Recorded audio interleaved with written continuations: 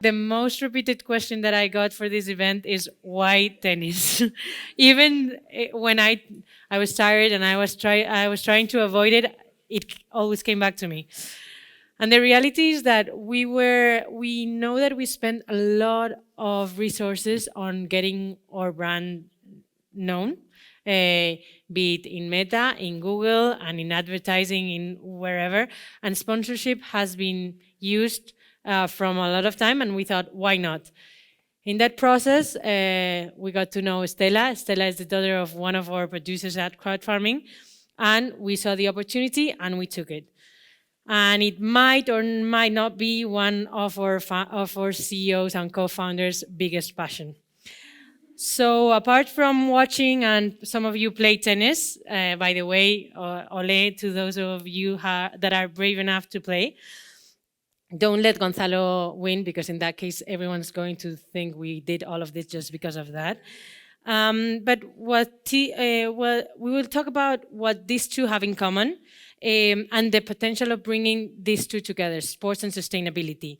We see more and more brands promoting themselves through sustainable lifestyle, and a lot of different sports athletes talking about this, their participation on sustainable lifestyle, or playing an advocacy role on this.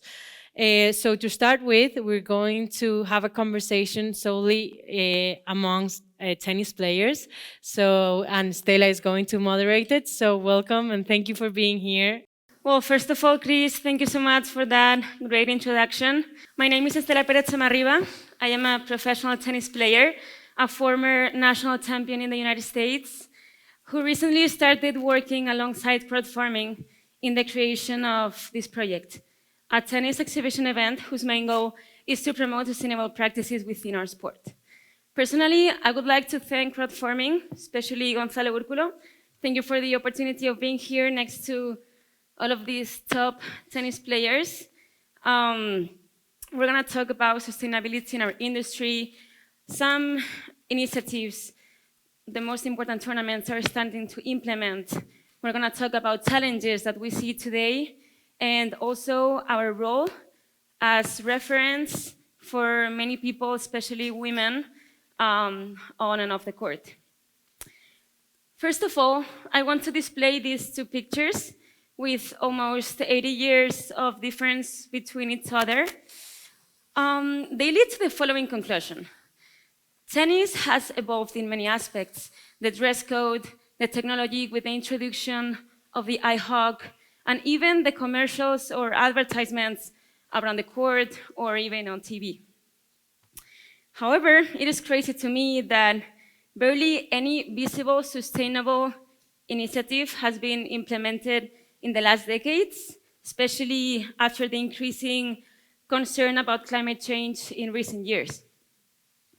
Tennis, in my opinion, provides many opportunities to do so, as the match format allows for non-tennis details, such as the scoreboard, towels, commercials, changeovers, and even water bottles, to be constantly zoomed in on television. I believe tennis works as a speaker for the world, as the non-tennis aspects around the sport are constantly exposed, making them almost as important as the game itself. Therefore, I believe it represents a huge opportunity to raise social awareness and also to speak about sustainability. So here with me today, I have 4 amazing tennis players who we were lucky enough to watch play today. I know, great level. And they're gonna share their experiences on the WTA tour that takes place around the world. So I'm gonna just make a brief introduction about each player. I'm gonna start with Mayar. So she's currently ranked 52 in the world in the WTA rankings. This year, she had an amazing year. She won at Parma, Chile, Marbella, Karlsruhe. She was the first Egyptian female tennis player in the main draw of a Grand Slam. And also, she also became the first Egyptian women to qualify for the Olympic Games. Pretty crazy, I know.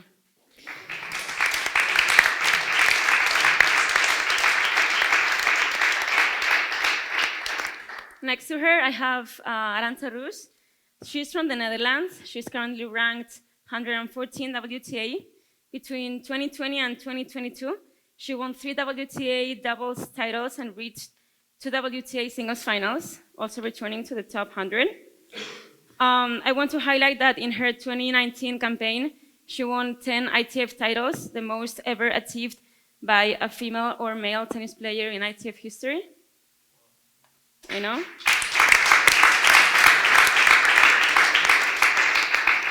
Sara Errani, she's currently ranked 105 in the world. She's from Italy, former top 5 player in singles, also former world #1 in doubles, and finalist at the Grand Slam Roland Garros. She's the Italian tennis player with the highest number of WTA titles, including 5 5 Grand Slams double championships.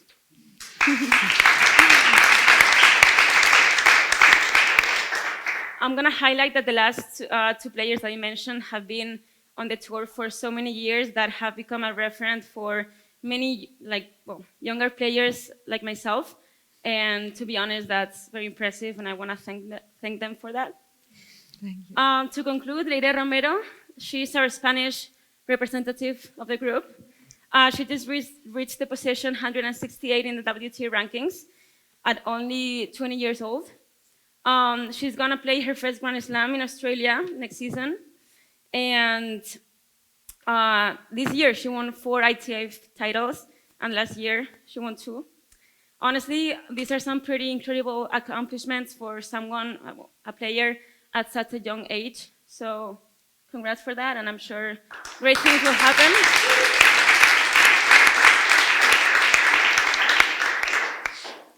All right, so now it's their turn. So I'm going to just ask them a few questions about their experience, and I want to talk about sustainability and different aspects that are embedded in the values of sustainability. So some of you guys have more than 60,000 followers on social media. You're considered role models by many, many people that inspire people, especially young women, to believe that dreams can come true. You give people someone they can relate to and connect with, someone that they can see themselves in. So I would like to hear from each of you. What is the most gratifying aspect about being a role model? And on the other side, what are some challenges that you face on a daily basis? Sara, maybe you want to start with that? So maybe I think that it's really nice when maybe somebody write me that they can have power from seeing me playing or get inspired. So that is, I think, for me, the best thing, that I can give some power or hope to someone else that is watching. It's really nice for me. I know. I mean, I guess it must be like an amazing feeling, you know? Why don't you guys follow?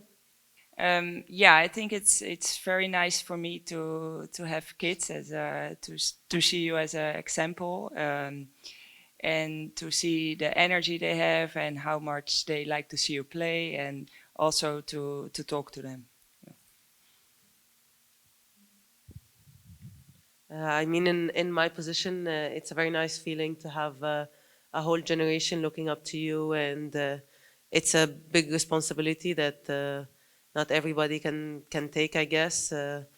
And hopefully the next generation from Africa or from Egypt or from the Arab world can look at myself and just take it forward and ask themselves, if she can do it, why I can't. So.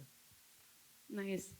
Leyre, do you want to tell us maybe some challenges that you can face as a referent for other people that you might face on a daily basis? Maybe the pressure, maybe that responsibility that Mayar was talking about. Sometimes it must be hard to look up to that. Yeah, when people relate on you, you have pressure because everything you do, people see it and they want to do the same as you. So you have to take care about all your actions and everything you do, and you always have to try to do your best and to show especially the young people and the new generation, that they have to make a great effort, and they have to learn also a lot of values to become a great tennis player and a great person. Well, great answers. So some tournaments have started to show increased commitment to the environment and to reducing the tournament's environmental impact. For instance, this year Roland Garros provided players with reusable water bottles that they could refill at water fountains that were available around the stadium throughout the tournament. So I would like to know other initiatives, other sustainable initiatives that you guys have seen in other championships, in other tournaments that maybe has been new to you? I mean, for me, I've seen many tournaments that they don't use when you're eating, they don't use the plastic knives and forks. They give you the wood ones. Even though it's uncomfortable, it's still, I guess it's still best for the planet. Also the straws, the cups, and all these kind of things. Nice. Also, in some tournaments now, the transport, they do it with electric cars. Nice. Which is better. And in some tournaments that I played this year, they recycle the used balls.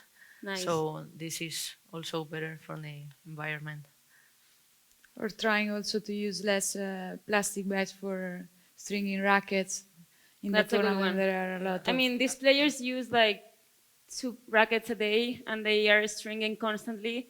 So those are small details that really make a difference. Yeah, in the environment for sure. Yeah, for me also the biggest change I saw was the transportation. A lot of tournaments use the electric cars and also the bags from the records. I mean, that are so many plastic bags and they don't use them anymore. So. Well, that's definitely a step forward. So, of course, more and more sustainability is a key topic within our sport, and that is great. But there is also a topic about social impact that is very relevant for us as well.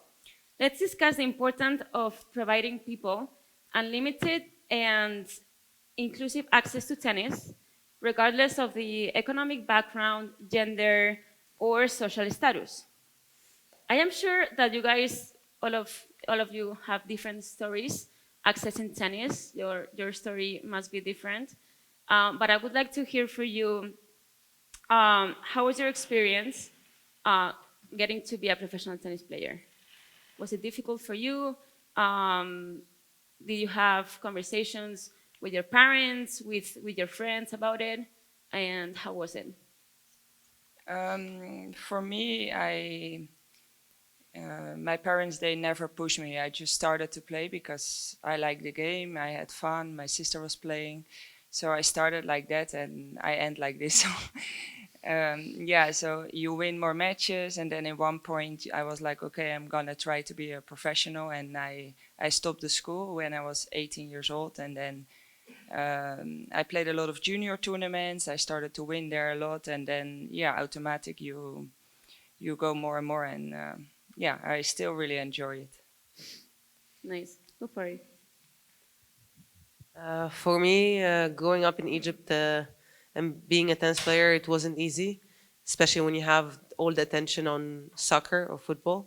That's the only sport everybody watches. That's the only sport everybody supports back home in Egypt, especially female athletes back home.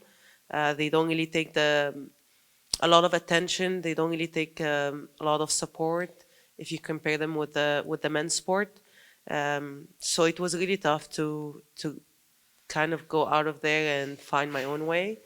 But somehow I got help from my coach right now, and to be honest, without that I wouldn't be here. So. Well, I mean, I think it really takes a lot of pride to do what you've done, and also being brave and not letting yourself down, and I don't know, I feel that. Yeah, really, my whole family broke, so I didn't have an option because of tennis. So. But yeah, that's amazing.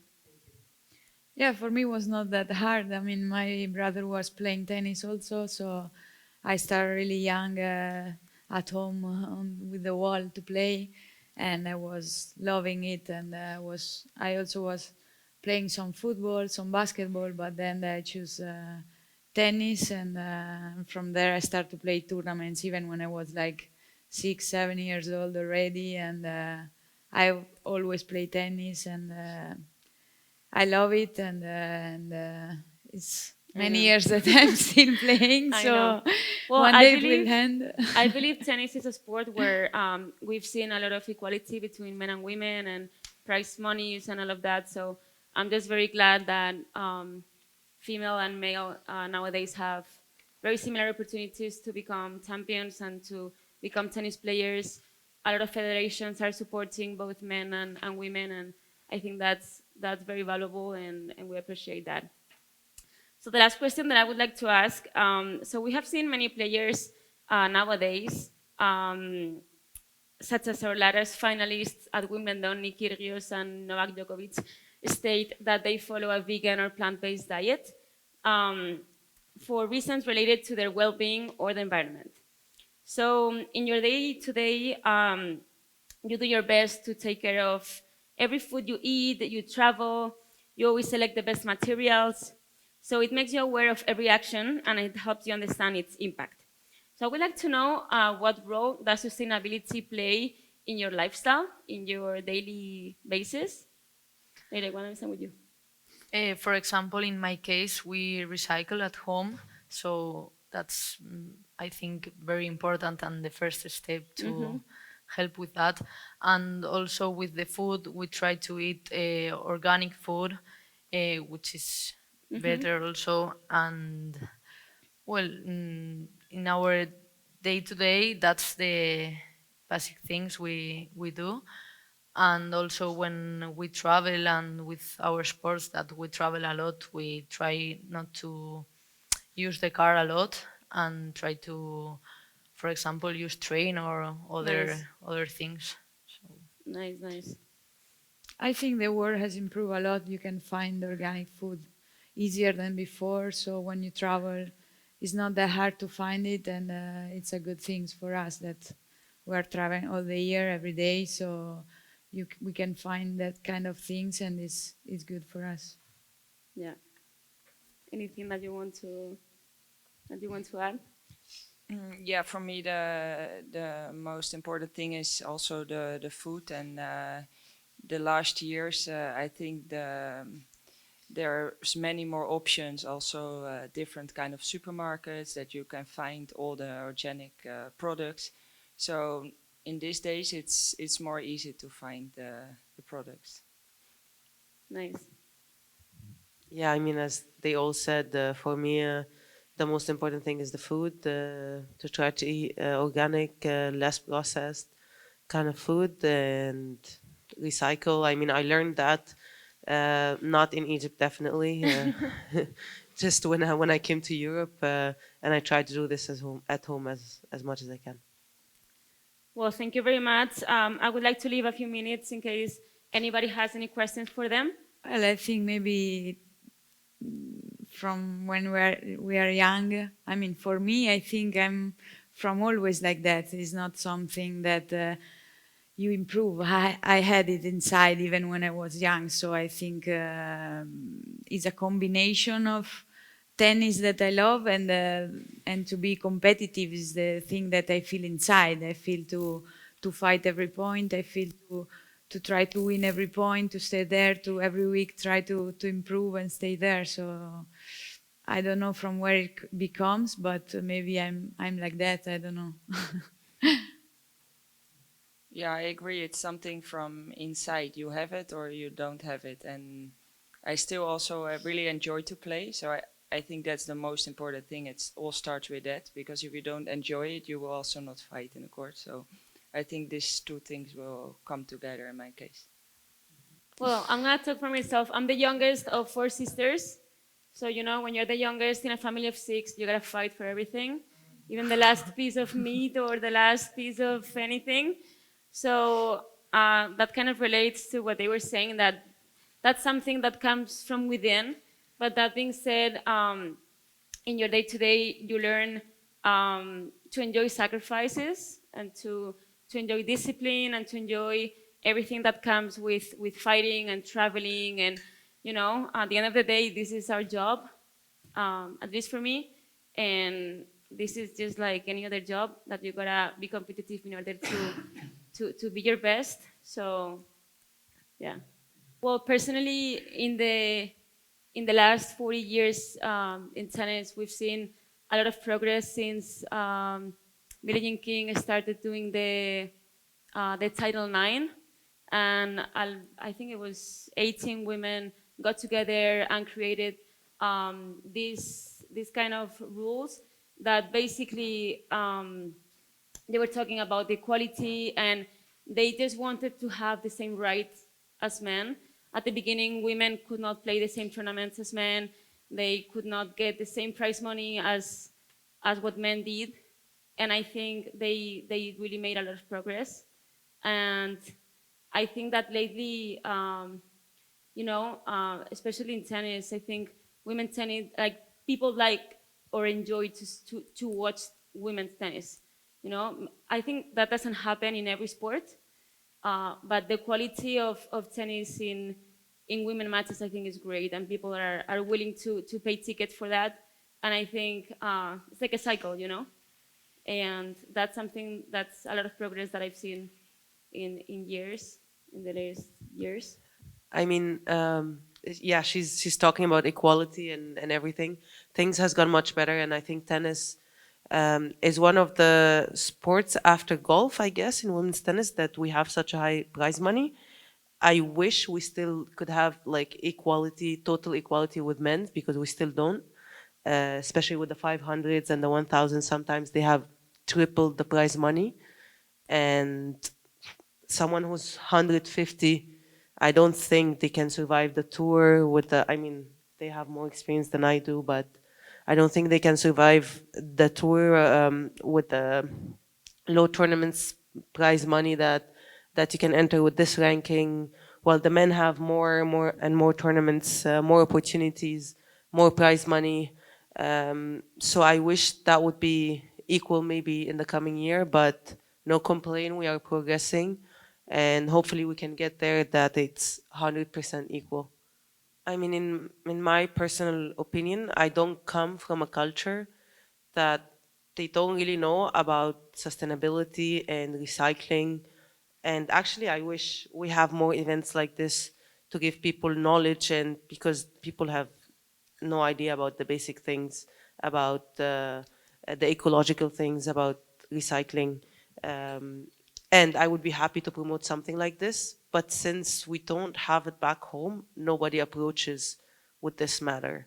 But obviously, as a tennis player, as my personal image, it would be such a good image for me as a sponsor to have someone like this, or an ambassador for a brand that supports sustainability or anything that could help the planet.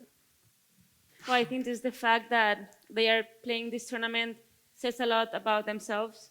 Um, I think they really wanted to make a difference by coming here.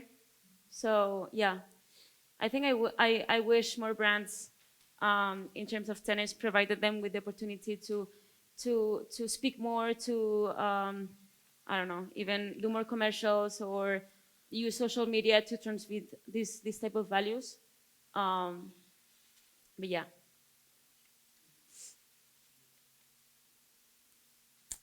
Well, thank you very much for everything.